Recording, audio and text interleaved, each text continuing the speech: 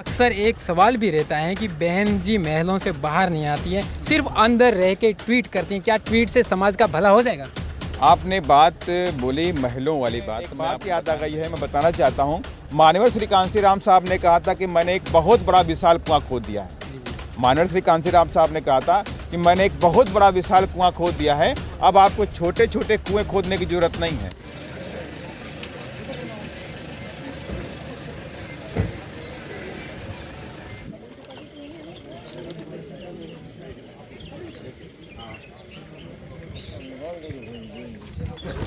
नमस्कार, इस वक्त मैं हूँ जालोर के सुराना गांव में। यहाँ पर बीएसपी के सांसद रामजी गौतम यहाँ आए हैं परिवार से मिलने के लिए, और उनसे पूछेंगे कि आप दिल्ली से यहाँ तक पहुँचे हो, परिवार को मतलब किस तरह से सांत्वना देना चाहते हो? देखिए, ये बहुत ही हृदय विदारक घटना है, जिसमें एक 9 साल के बच्चे की जान इस देश में जो जातिवाद है उसने ली है।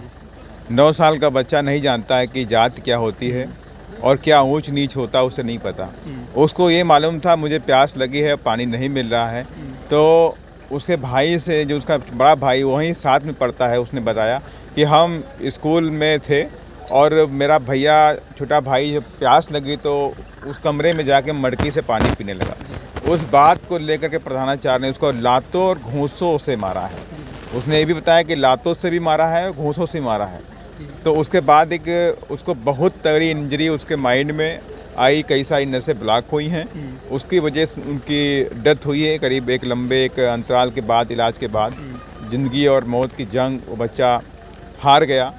और रही बात, देखिए, ये जो दुख की बात है, इतना बड़ा दुख है उस परिवार के ऊपर, उस दुख को तो हम लोग बांट सकते हैं, लेकिन ये दुख कभी ख़त्म नहीं कर सकते। और ये हम सब चाहते हैं कि लोगों को समझाने भी आए हैं कि हम सब लोग आपको सांत्वना दे सकते हैं, दुख बांट सकते हैं। आज इधर गैदरिंग है, 1 महीने बाद, 10 दिन बाद कोई यहाँ नहीं मिलेगा, लेकिन सारा दुख तो आपको ही झेलना है। लेकिन बस ये ज़रूर हम कहना चाहते हैं अपने लोगों, समाज के लोगों से, कि आगे इस तरह की कोई पुनरावृत्ति ना होने पाए, और इसकी जिम्मेवारी हमारी और आपकी बनती है कि आए दिन हर महीने कोई ना कोई राजस्थान में घटना घट रही है, चाहे वो विनोद मेघवाल हो, चाहे जगदीश मेघवाल हो, चाहे जितेंद्र मेघवाल हो, और अभी आपके सामने इंद्र मेघवाल हुआ। हमेशा घटनाएं घट रही हैं, तो इन घटनाओं पे कोई रोक सरकार नहीं कर पा रही है, क्योंकि ये सरकारें कभी भी हमारे समाज के दलित समाज हो, चाहे आदिवासी समाज हो, चाहे उपेक्षित हो, चाहे माइनॉरिटी, उनके लिए काम नहीं कर रही हैं। ये बड़े बड़े धन्ना सेठों के लिए काम कर रही हैं।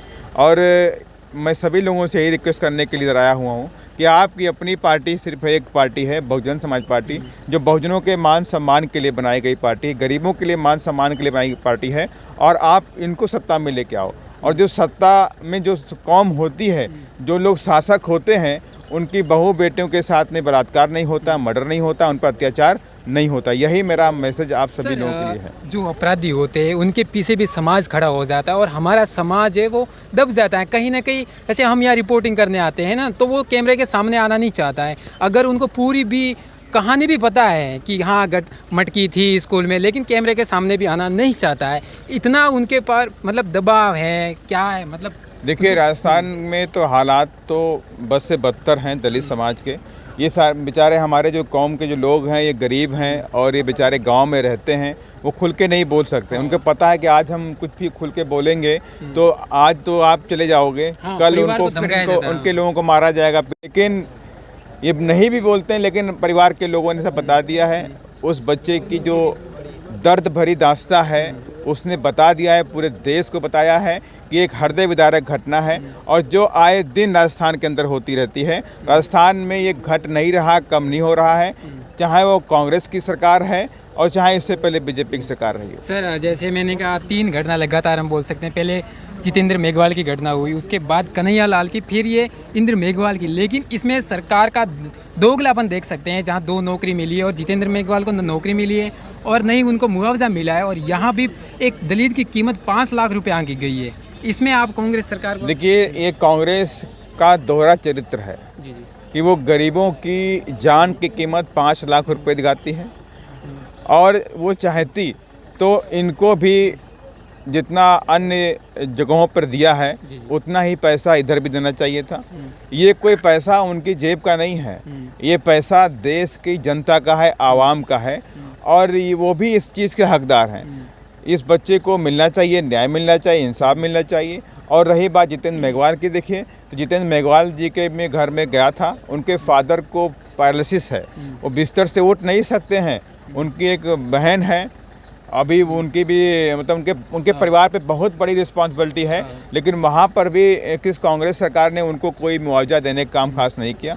लोगों की डिमांड थी भाई 50 लाख रुपए, नहीं 50 लाख दे रहे हो तो परिवार के एक सदस्य को नौकरी दे दो, उसने वो भी देने का काम नहीं किया है। तो इसलिए ये सरकार जो है इसको उखाड़ फेंकने का समय आ गया है कि 2023 में मैं समस्त बहुजन समाज के लोगों से आह्वान करता हूँ कि इसको क्रांति के रूप में लीजिए और 2023 में अपनी सरकार बनाइए और खुद शासक बन जाइए। सर एक सवाल है, मैं सामाजिक जो नेता बन रहे हैं आजकल उभर रहे हैं, कोई कह रहा है मैं 17 को आ रहा हूँ, कोई कह रहा है 18 को आ रहा हूँ, कोई कह रहा है 23 को आ रहा हूँ, इसमें समाज में कहाँ बदलाव जाएगा? कहीं देखिए यहाँ पे जितने भी लोग खड़े हैं इनको सबको पता है कि सामाजिक संगठन, मैंने कहा ना, आज सामाजिक संगठन यहाँ पे खड़ा है, भीड़ बनाएगा, आपके साथ फोटो खिंचवाएगा, चमकाएगा और नेता बन के चला जाएगा। लेकिन उसके पीछे क्या होगा? ये समाज वहीं का वहीं खड़ा रह जाएगा। कि कौन इस समाज को आगे लेकर आएगा? आप सबको पता है कि देखिए यहाँ पे जितने भी साथी यहाँ बैठे हुए खड़े हुए हैं सब जानते हैं कि मान्यवर श्री कांशीराम साहब ने पूरे जीवन भर संघर्ष किया और पूरे जीवन भर संघर्ष किया। माननीय बहन कुमारी मायावती जी ने पूरे जीवन भर संघर्ष किया, तब जाकर के आपको एक सम्मानजनक पार्टी बनाई। देश की एक तीसरे नंबर की राष्ट्रीय पार्टी है जो बहुजनों के मान सम्मान के लिए बनाई गई है। बाकी हमारा समाज अब धीमे धीमे सब समझ चुका है कि संगठन वाले लोग वो सिर्फ संगठित होकर के कहीं और से आते हैं, उनको बड़े बड़े नोटों के बंडल कहीं और से मिल जाते हैं, वो सिर्फ यहाँ पे अपनी नेतागिरी चमकाने के लिए आते हैं। मैं उनके बारे में खुद नहीं करना चाहता हूँ, क्योंकि मैं एक बात याद आ गई है, मैं बताना चाहता हूँ। मान्यवर श्री कांशीराम साहब ने कहा था कि मैंने एक बहुत बड़ा विशाल कुआं खोद दिया है। मान्यवर श्री कांशीराम साहब ने कहा था कि मैंने एक बहुत बड़ा विशाल कुआं खोद दिया है, अब आपको छोटे छोटे कुएं खोदने की जरूरत नहीं है। जिसको भी काम करना है तो इस विशाल कुएं में आके काम करे। ये छोटे छोटे कुएं खोद करके बड़े कुएं को नुकसान पहुंचाने की प्रवृत्ति बंद करे। जी धन्यवाद। सर एक सवाल, मेरा आखिरी एक सवाल रहेगा। अक्सर एक सवाल भी रहता है कि बहन जी महलों से बाहर नहीं आती है, सिर्फ अंदर रह के ट्वीट करती हैं, क्या ट्वीट से समाज का भला हो जाएगा? आपने बात बोली महलों वाली बात, तो मैं आपको बता देना चाहता हूँ कि जो महल वर्ड है ये हमारे ही इसी पे कमेंट आएंगे, हम नहीं कह रहे, समाज जो की लोग बात कर रहे हैं। कहते ना महल, तो उनको देखना चाहिए कि मान्य बहन जी ने किस उम्र से इस समाज के लिए संघर्ष किया। मान्य बहन कुमारी मायावती ने शादी नहीं की, परिवार नहीं बसाया, पूरे परिवार से अलग रहती हैं। वो कभी भी अपने समाज के बिना हमेशा समाज के दुख दर्द तकलीफ़ों के बारे में सोचती रहती हैं। और रही बात महलों की, तो ये सब निराधार बातें हैं। हमारे नेता के पास मकान होना चाहिए। क्या हमारा नेता क्या जो छोटे छोटे झोपड़पट्टी में रह गया क्या? बिल्कुल। क्या कोई बताए मुझे कि इस देश में क्या प्रधानमंत्री झोपड़पट्टी में रहता है? सोनिया गांधी के झोपड़पट्टी में रहती हैं? क्या अन्य पार्टियों के नेता क्या झोपड़पट्टी में रहते हैं? तो आप ऐसी बातें क्यों कहते हैं कि महल नहीं, महल नहीं है, वो संघर्ष से कमाया, संघर्ष से और समाज के लिए कमाया गया वो मकान है। और हम सब चाहते हैं कि हमारी बहन जी हजारों साल जिए और अच्छी से अच्छी कंडीशन में जिए। वो हमारे मान और सम्मान है, स्वाभिमान का प्रतीक है। अगर एक महल क्या 10 महल भी बनाने पड़े, हम उनके लिए बना करके रहेंगे। बहन कुमारी मायावती जिंदाबाद। तो हमारे दोस्तों वीडियो पसंद आए तो लाइक शेयर और News 22 लाइव को सब्सक्राइब करना ना भूलें। शुक्रिया। देखते रहें News 22 लाइव, सदैव आपके साथ।